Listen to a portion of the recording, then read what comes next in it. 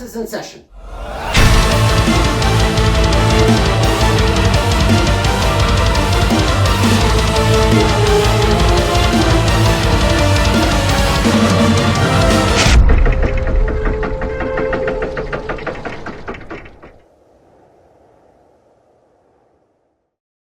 Hi guys, my name is Diego Maginen, and I am the composer and bassist of the symphonic metal band Aryem. But today, I am your teacher. We're going to be talking about the secrets of composition. How to make symphonic metal, how to write metal music. The super secrets that no one wants to tell you about music. We'll figure out what to call it. But before we get started, I'd like to address the elephant in the room. If you're not a musician, don't worry.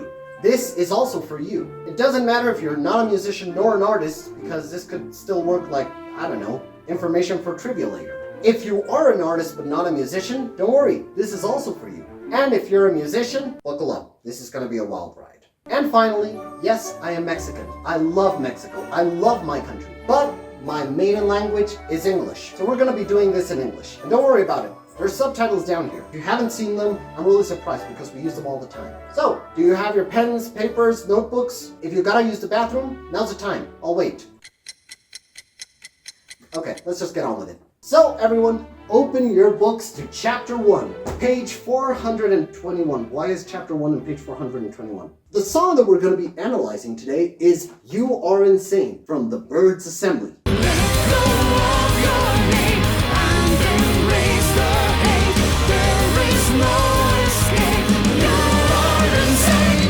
I'm not going to be analyzing Event Horizon or any of the new tracks because otherwise I'm just going to be spoiling you guys. And before we even start analyzing You Are Insane, I should probably give you an example of the kind of ideas we're going to be dealing with. I'd like to introduce you to these guys. They are called the brass section. Trumpets, trombones, horns, tubas, you know them all, you've seen them. But why am I talking about these guys in particular? Well, they've been used in a myriad of ways, but the way that you probably know them is from stuff like this. You heard, Private! The floor!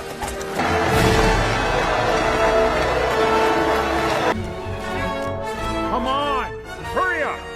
So why is the brass section usually used in this kind of context? This is a dead animal's skull. And as you might notice, this animal has horns. Now these horns are very important for a very specific reason. Because if you happen to be an absolute psychopath in the medieval times and you cut them off and you make a hole at the bottom and you blow through it, and that's what people actually did in the medieval times. They'd use these things for hunting. This way you could signal to all the other people, hey, I found the pig, it's right here, let's hunt it down. Metal! This was a really effective way of actually communicating between people, especially in something as chaotic as hunting. You know what else is chaotic? War! And this is a moment in which also horns would come in handy, because you could use your horn to communicate with your entire army. That way you wouldn't have to ride around in your horse yelling at people, hey, march this way, hey, retreat. So, you'd use horns. And they were so effective in communicating, everyone used them. Literally everyone. Now around this time, it's also important to note, as you probably know, there were a lot of empires and kingdoms. So what could we use to represent a king? What kind of sound could we use to represent royalty?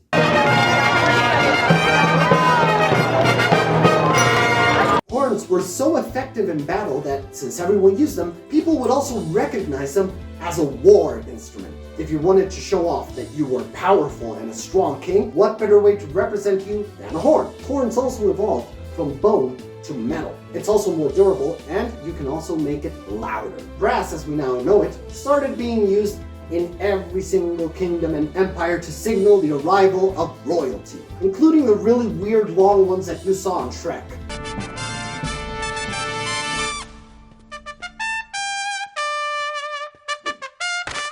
Having this connotation, let's go forward a couple of hundred of years. Page 1055. And then there's this really weird guy called Richard Wagner. You probably know him because he did a lot, including being the inventor of something we call the Leitmotif. Now this is used to pretty much represent musically character, a situation, a person. He specifically used it in this piece.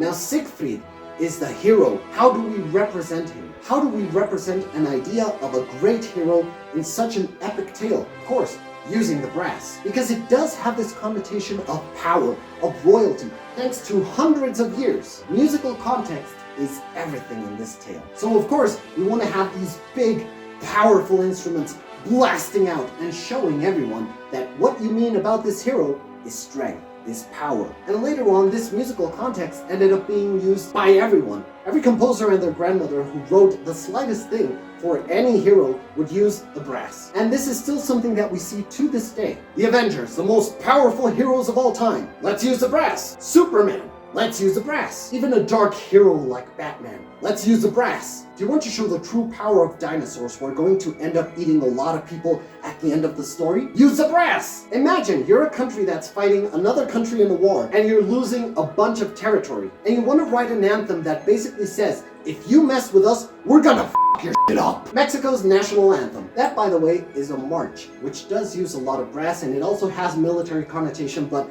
if I went any more into detail about all that stuff, we'd be here for hours.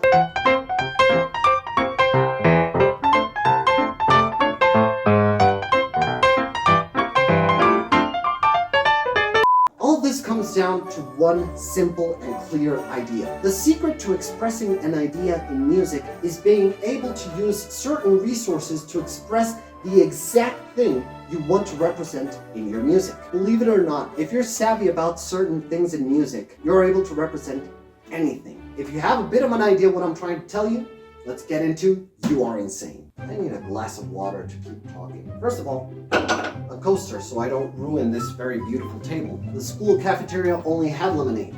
Anyway, moving on. You Are Insane is a song about anxiety and depression. It basically expresses what it's like to go through a panic attack, followed by crippling depression. How do we musically express anxiety and depression in an anxiety and depression attack? First, let's break it down. What does this cause? Disorder and instability. So we have to find a musical language that we are able to use throughout this piece to express and convey these ideas. And there is one resource called atonality. Imagine if you have all of the rules of music and then you completely break them and you just turn music theory around on its head. Technically, atonality is its own thing in musical theory, but I digress. So we have our musical language. Now, let's find out how we're going to use it. Just to give you a little bit of an example of what atonality sounds like, this is a sonata that I wrote that is completely atonal.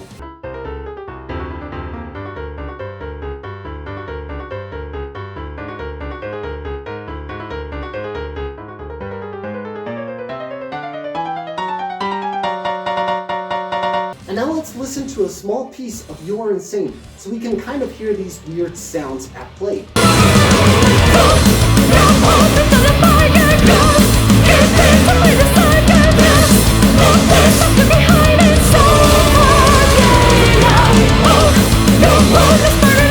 We have our musical language. Now the second idea that I usually employ whenever I'm writing music, I try to paint an image. Something that is going to be able to convey the emotions and the ideas that I have in the music. The point of this principle is to basically use all the resources possible to try and convey this image as clearly as you can. It's not just grabbing resources out of the toolbox for no reason. They have to have a purpose. And this is kind of the idea that I work with in You Are Insane. Let's start painting the picture slowly.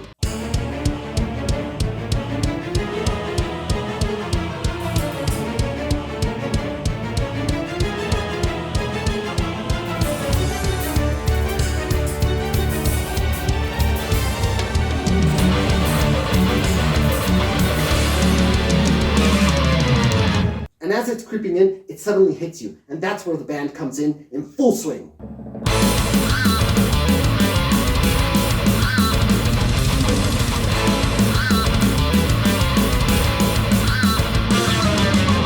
Now this following section is really special to me, specifically because there is actually a leitmotif. Let's listen to this section once more.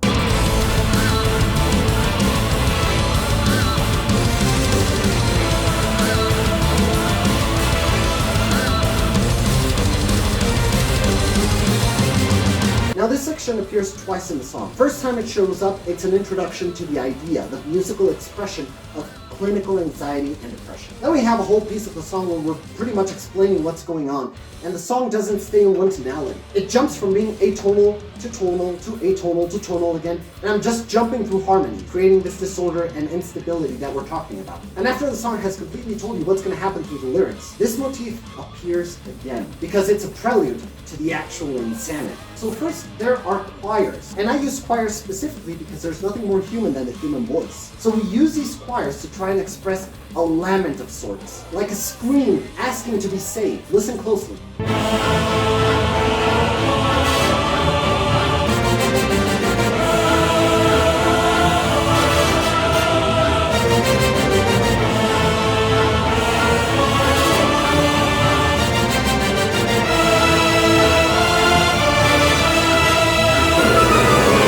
Now, considering that the choir is the voice of the person who is going through this, asking to be saved, while the orchestra is pounding down and trying to destroy it, let's listen again. And this time, notice how the second time around, the orchestra joins in on the same motif of the lament, as it's kind of mocking the person.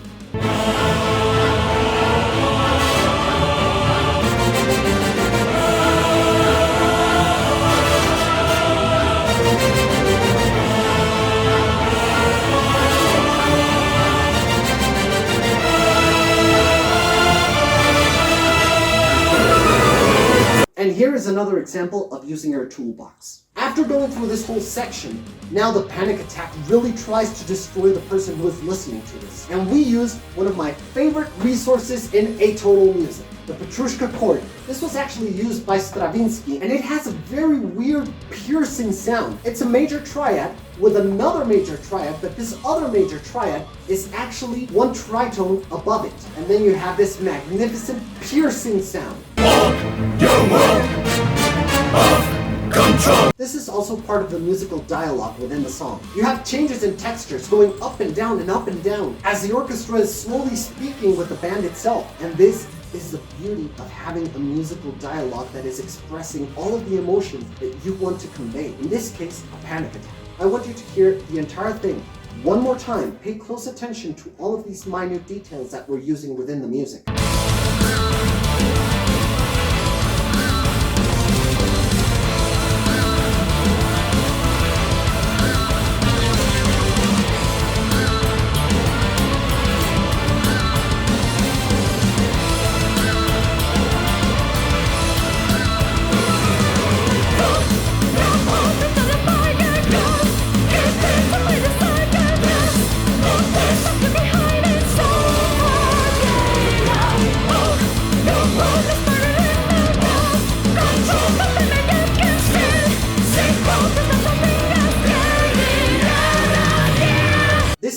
Fragment of the song. But these are the exact same principles that I use in every part of an Aryem song. And this goes for every single piece that has ever been released for Aryem. What I'm trying to tell you is that if you know your resources and your toolbox, you can do some really amazing things. And that is what I'm trying to convey to you in this masterclass. Musical context brought into music. I'm gonna give you one small bonus example. Do you guys know this medieval chant called Dies Irae? Dies irae, dies irae. This thing has been used so many times throughout media to represent death.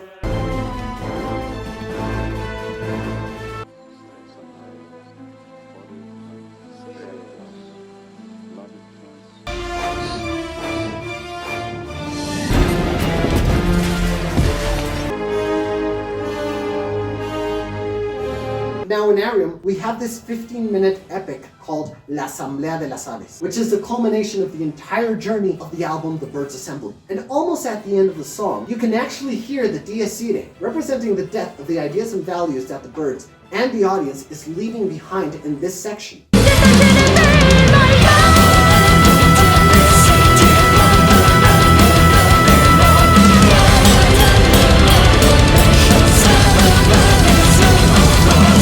Understanding as a composer and as an artist the different tools you can use is not a cop-out. I'd say that it's really important. You can elevate what you're doing to another level. And that is really fulfilling as a composer. That's the end of the lesson. I hope that you guys have a better idea how to apply these principles into your own art. Let me know in the comments what you do with this, because I'm so excited to see everything that you guys can do with these kinds of principles. And I will also give you bonus marks for your exam. Well, that is it for today, my friends. So don't forget to subscribe. Don't forget to follow us to check out some more amazing things we're going to be releasing for you. Class dismissed. And I will see you guys tomorrow at the exam. And I hope you do well. I hope you took notes.